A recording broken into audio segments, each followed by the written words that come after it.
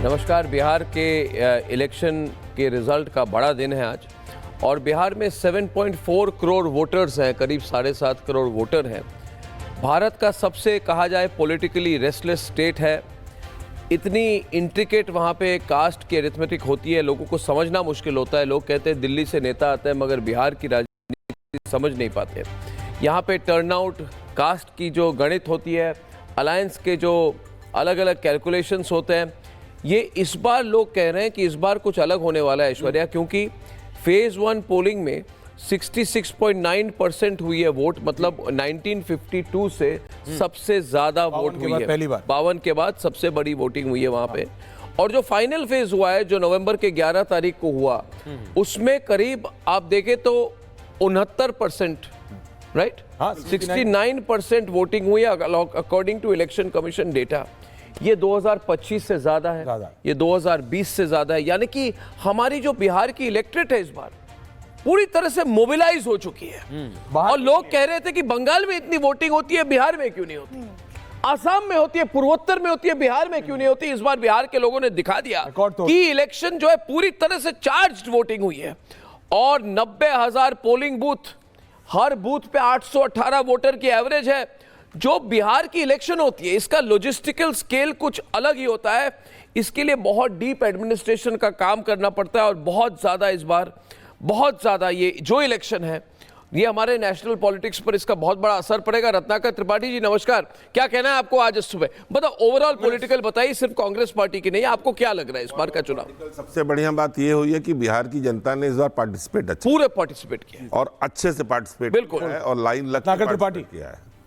तो उससे ये फायदा ये होगा कि मैं इस इलेक्शन की भी बात नहीं करता हूं, अगर वोटर अवेयरनेस बढ़ेगी तो हमारा डेमोक्रेसी ज्यादा अच्छा होगा। और बिहार में इतना एक्सपेक्टेड नहीं था क्योंकि बिहार की जो भौगोलिक स्थिति भी है ना, वो बहुत अनुकूल नहीं है कि आदमी वोटिंग पोल पे जाए, वोट करे। तब भी लोग निकले हैं। तो नतीजा तो मैं कह सकता हूं, आज मैं कह सकता हूं कुछ भी हो सकता है जी। इस बात को मानिए कि बिहार ने इस कुछ भी हो सकता है का मतलब क्या? कैमरा जरा ऑन कीजिए, रत्नाकर त्रिपाठी जी बोल रहे हैं, फोकस कीजिए। हाँ रत्नाकर त्रिपाठी जी, विंडोज लाइए आप। मतलब जो अगर जैसे असेसमेंट आपके एग्जिट पोल के जा रहे हैं, लेकिन जो 7 to 8% पोलिंग एक्स्ट्रा हुई है वो साइलेंट पोलिंग है। आप खाली औरतों की पोलिंग, मतलब जो महिला है उसकी पोलिंग, आप चाहते नहीं कि महिला वोट करे? गजब आप बात कर रहे हैं, आप कुछ भी बोल देते हैं। मतलब कल को कहेंगे मैं चाहूंगा कि महिला शादी न करे। नहीं, आप जो बोल रहे हैं महिलाओं के वोटिंग पर आप क्या कह रहे हैं कि? देखिए बताइए। इस बार का सबसे बड़ा फोकस यही है कि महिलाओं ने ज्यादा वोट किया जी, उनकी 6 to 8% ज्यादा पोल हुई है जी। लेकिन वो पोल एग्जैक्टली किस ओर जाएगी वो डिसाइड करेगी। तो डिसाइड है बीजेपी के लिए जाएगी, एनडीए के लिए जाएगी, 10,000 दे दिए से बातचीत है तो मैं कुछ कहने। आपको क्या लगता है इधर? भाई मुझे तो लगता है हमारी ओर जाएगी। कैसे? जैसे आप बोल रहे हैं बीजेपी। कैमरे को जरा फोकस कीजिए भाई साहब, 1 मिनट। हाँ जी, आप ये कैसे कर सकते हैं बीजेपी की ओर जाएगी? नहीं, मैं आपको पूछ रहा हूं क्योंकि 10,000 सोशल ये वर्ल्ड बैंक का 10,000 रुपया जिसको अमित शाह ने कहा ये सीड मनी है, 2 लाख रुपए के लोन के लिए जी, आप उसको कंसीडर कर, मतलब आप ये मान रहे हैं कि महिला वोट देने इसलिए गई है क्योंकि उसको घूस मिली है? आपको घूस कहते हैं इसको? आपका कहना है, मैं थोड़ी कह रहा हूँ। ये घूस आपको भारी पड़ेगी। अक्षत सोनाक इस बार हमारे जो इधर संजय जी हमारे साथ है जेडीयू, आपने बोला। एक मिनट, अक्षत सोनाक जी इस बार कहा जा रहा है आर या पार, क्या कहा था उन्होंने? दो ऑप्शंस कहे थे प्रशांत, अर्श पे या फर्श, आकाश, तो फर्श के नीचे पहुंच गया, बेसमेंट में पहुंच नहीं। जनरली माना जा रहा है इस बार जो इनकी अप्रोच चली ये ट्विटर फेसबुक तक सीमित रही उनकी कैंपेन। देखिए अगर आप, वैसे सभी को नमस्कार, आपके ऑडियंस को भी नमस्कार। देखिए अगर आप अपने जजमेंट का पैमाना जो है केवल अगर आप एग्जिट पोल्स को मान रहे हैं तो आपको यह भी याद रखना चाहिए था इसी प्रकार के चैनल थे और इसी प्रकार के 12 से 14 पोल थे जो कि पिछले ही साल 2024 में 400 पार चिल्ला के पूरे देश में हल्ला मचा रहे थे। और नहीं लग जाएगा, और बिल्कुल पता लगेगा और हम बहुत ऑप्टिमिस्टिक है। लेकिन मैं जिस बात को कह रहा हूं कि आप हमें फर्श के नीचे परिणाम आने से पहले ही डाल रहे हैं तो उसके लिए मैं आपको समझाना चाह रहा हूं कि इतना ओवर कॉन्फिडेंट भी नहीं होना चाहिए। एक बात हमें आपकी पार्टी तो प्रेडिक्शन पार्टी है ना, आप तो दुनिया भर का एनालिसिस करते रहे कि भाई एनडीए जीतेगा, आपकी बार किसकी सरकार बनेगी, ये तमाम चीजें आप ही लोग करते रहे, तो फिर बता दीजिए। नहीं, एनालिसिस तो आप कर रहे थे। आपके नेता ने कहा था कि मैं दावा लेके कह रहा हूं कि नीतीश कुमार को 25 से ज्यादा सीटें नहीं मिलेगी। गलत कह रहा हूं मैं संजय जी? क्या उन्होंने कहा था? देखिए आप देखिए, आप संजय जी, उन्होंने कहा था मैं क्विट करूंगा पॉलिटिक्स अगर जेडीयू को 25 से ज्यादा सीटें मिले। तो आप सब पे रुझान करते रहते हैं। आज आपका दिन आ गया, आपका नंबर आ गया। क्या संजय जी? नहीं, इनको क्विट तो करना पड़ेगा अगर 25 से ज्यादा सीट मिल। ये पूरे विंडोज पे रही। उनका प्रॉमिस था ये स्टेट से, और उनका प्रॉमिस था जनता से। ये उसी विंडो को रखिए। मतलब वो जो प्रिडिक्शन कर रहे थे, बिकॉज आई थिंक उनका जो स्ट्रेटजी था वो अपने बारे में कम था, दूसरों के बारे में ज्यादा था। बिल्कुल, आप खुद तो इलेक्शन नहीं लड़े और ये कहते थे, सरकार के बारे में बताना जरूरी था, जिसने बिहार के युवाओं को अनिश्चितताओं के घर में धकेला था। वो इलेक्शन उसके ऊपर नहीं बात करेंगे। वो इलेक्शन क्यों नहीं लड़े? अरे इलेक्शन क्यों नहीं लड़े? 243 सीट पे बिहार की पहली पार्टी है। यू नो व्हाट, सभी सीटों पे अगर आप संजय जी आपके नेता क्यों, अगर आप रखिए विंडोज, आप तो कम से कम अगर आप भारत में इलेक्शन नहीं लड़ते हैं तो आपको नेता नहीं समझा जाता है। क्या बात कर रहे हैं? वो मैदान छोड़ के 2024 नेता नहीं है, मतलब मान्यता ये समझा जाए कि हर बार दूसरों को नीचा दिखाना, अंदर की भड़ास बाहर निकालना और कहना कि मैंने दुबई वाले पोलिंग एजेंसी वो मुझे कह रही है कि मैं जीतने वाला हूं। दुबई वाले पोलिंग एजेंसी, दुबई में बैठ के एक आदमी पोलिंग करता है, वो कहता है कि प्रशांत किशोर नंबर 2 पार्टी बनने वाला है। तो इस बार पॉलिटिक्स तो छोड़ेंगे प्रशांत किशोर, मगर दुबई वाले रुझान देने वाले का क्या होगा? देखिए, आरजेडी से राकेश रंजन जी, नमस्कार। मैं अर्नब गोस्वामी बोल रहा हूं। राकेश जी, क्या हाल है आज? क्या लग रहा है आपको? नमस्कार। कौन है अर्श पे, कौन है फर्श पे? बताइए हमें, कौन अर्श पे, कौन फर्श पे?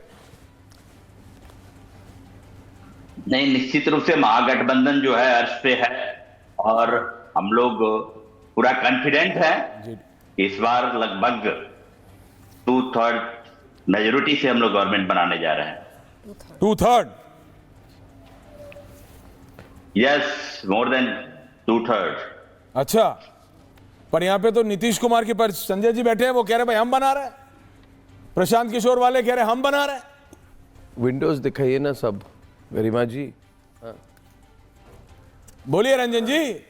ठीक है, सबके अपने अपने दावे हैं, लेकिन हम लोग एसी रूम में और कंप्यूटर सॉफ्टवेयर से एनालिसिस नहीं करते हैं। हम लोग, मेरा भी आपसे, हम लोग बहुत सारे आपके चेहरे बैठे रहे, सिर्फ तेजस्वी दिखाई दिया, इसका नुकसान तो नहीं होने वाला आपको? क्योंकि बाकी चेहरे तो नहीं नजर आए, ना पोस्टर पे ना जनता के बीच। नहीं, ये गलत एनालिसिस है। सब लोगों ने, महागठबंधन के सारे घटक दलों ने और सबने अपना जितना हो सका, सब लोगों ने एक यूनाइटेडली इस इलेक्शन को लड़ा है। तो सबने सहयोग किया है और सब एक साथ है और सारे अभी कॉन्फिडेंट हैं। ऐसे एक तरफा अगर एग्जिट पोल्स तो देखा जाए तो इस बार जेडीयू की प्रोजेक्टेड वोट शेयर करीब 18% होगी। मैक्सिमम 62 सीट्स एक्सिस माई इंडिया कह रही है, मिनिमम 56 सीट्स है। और प्रशांत किशोर को कोई 0 से 5 का रेंज में उनको नंबर दे रहे हैं, है ना? 0 के 5 रेंज में उनको दे रहे हैं। मगर सबसे बड़ी बात यह है कि रत्नाकर त्रिपाठी जी, हाँ जी, 5 से 7% वोटिंग शेयर 5 से 7%। 5 से 7% से कोई वोट जीतते तो नहीं है, 15 से 18 के बीच में आएंगे तब इम्पैक्ट होगा। सबसे बड़ी बात है एसआईआर में इस बार 64 लाख वोटर्स को बोला गया कि वो इनएलिजिबल है, उनको निकाला गया। कोई अपील नहीं हुई, जिनको निकाला गया उनके खिलाफ कोई अपील नहीं हुई। तो एसआईआर वाली बात तो बिल्कुल सेटल हो गई है। क्योंकि आज मुझे लग रहा है सबसे डेंजरस बात यह है रत्नाकर जी कि आज हमारे राजनीतिक जीवन में ये परिस्थिति रिएक्शन आ रहा है अर्नब, रिएक्शन आ रहा है हमारे पास। रिएक्शन हमारे पास वो जो फर्स्ट पॉलिटिकल रिएक्शन आ रहा है इस समय जी। देखिए, विजय जुलूस पे पूरी तरह प्रतिबंध है क्योंकि आदर्श आचार संहिता अभी भी लगी हुई है और पूरे ज़िले में लोगों का जुटान करना निषेध है। तो ऐसी कोई समस्या नहीं होगी। हमारे पास पर्याप्त बल है और सभी पॉलिटिकल पार्टी के जितने लोग हैं, कैंडिडेट्स हैं, सबको ब्रीफ कर दिया गया है। कई ऐसे सोशल मीडिया पर वायरल वीडियो भी हो रहे थे कि जो चुनाव को जो है बाधित किया जा रहा है, जिला प्रशासन के द्वारा पक्षीय किया जा रहा है। नहीं, हाँ, मुझे तो नहीं जानकारी है कि गया जिले में इस तरह का आरोप लगा है, लेकिन कोई ऐसे लोगों को चिंता करने की आवश्यकता नहीं, हम लोग पारदर्शी तरीके से कर रहे हैं। अभी रिटर्निंग ऑफिसर रिएक्ट कर रहे थे और आज सुबह सुबह जो तेजस्वी यादव का जो रिएक्शन आया है, क्या उस पर रंजन जी बोलेंगे? तेजस्वी यादव आज काउंटिंग आज सुबह बोलते हैं, अपने काडर को बोलते हैं तैयार रहो किसी भी तरीके के नतीजे के लिए, पहले ही बता रहे कि मैं हारने वाला हूं। सलोनी राम मृदुल सलोनी बिल्कुल, देखिए ये कह भी रहे हैं और अलविदा चाचा के पोस्टर्स लग गए हैं ऐश्वर्या, ये भी हमने देखा है। तो अभी से ही एक माहौल तो बनाया जा रहा है। मेरे ख्याल से संजय जी इस पे कमेंट करना चाहेंगे, अलविदा चाचा या टाइगर जिंदा, आपके हिसाब से क्या करना है, क्योंकि आप भी पोस्टर्स लगाए हुए हैं। बिल्कुल, एक चीज है कि केवल 10-15 मिनट के बाद पहला रुझान जो है वो आने वाला है किसी भी मिनट।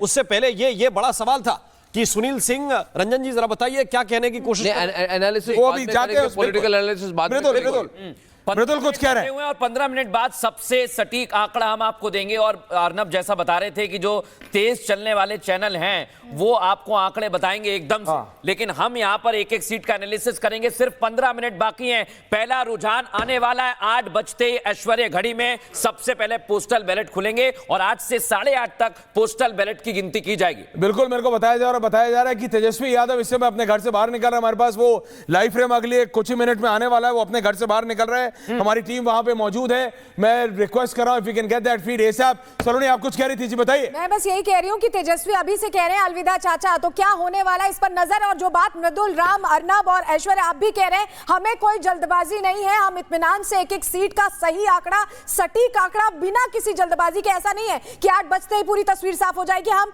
एक एक सीट प्रॉपरली बताएंगे, आसानी से बताएंगे। तो हमारे साथ जो दर्शक चाहते हैं कि उन्हें सटीक एनालिसिस